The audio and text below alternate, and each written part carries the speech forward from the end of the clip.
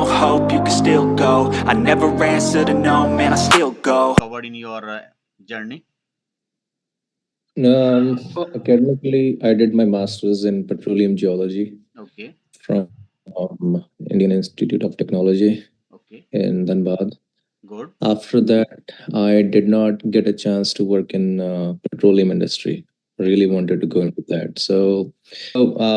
Long story short, during 2014 and 15 time frame, oil prices plummeted to bare minimum level. Barrel went from $130 to $30. I couldn't get a good job. Very good. So I tried my best into this technology field, and somehow I learned all the ML code, deep learning, and Python libraries to implement all these functionalities into various other sectors. I got into finance, got this opportunity with BOFA.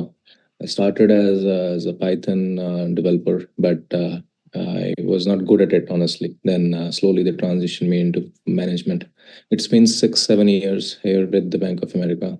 I'm managing regulatory finance here. So here we are dealing with SEC rules. It's called customer protection and net capital, which our team does automation of monthly focus boxes to regulators of the US. Okay. So right now, I want to learn this thing again and go into the generative AI, how generative AI could be used in financial world, especially with compliance and regulation. Very good. So that's the goal. Again, I'm not a hardcore coder. Never did it. I am a field guy. I went outside. I have covered most of the mines and petroleum sites in the Indian subcontinent, Bombay offshore. You see IL, Jadugoda, Jamshedpur, Rajasthan, you name it. Through the curriculum, we have extensive amount of experience. But now, since this is the only thing which you get a good job, I'll be honest with you, being a middle class person, job is the first thing you look for, right? Yeah, right. So So I now um, no, continue. the machine learning and do some freelancing on top of it and improve the job. I want to go into the TPM side, so I need to know that technicality, what goes under the table, so that I should be able to converse with the machine learning engineers and who are actually PhDs from well. And in a development line, when you start the Python? No, I started with the simple one, the statistical packages like NumPy. Yeah. Then for Panda for cleaning up activities. Then Okay. for visualization, I used the Seaborn, Okay. Matplotlib.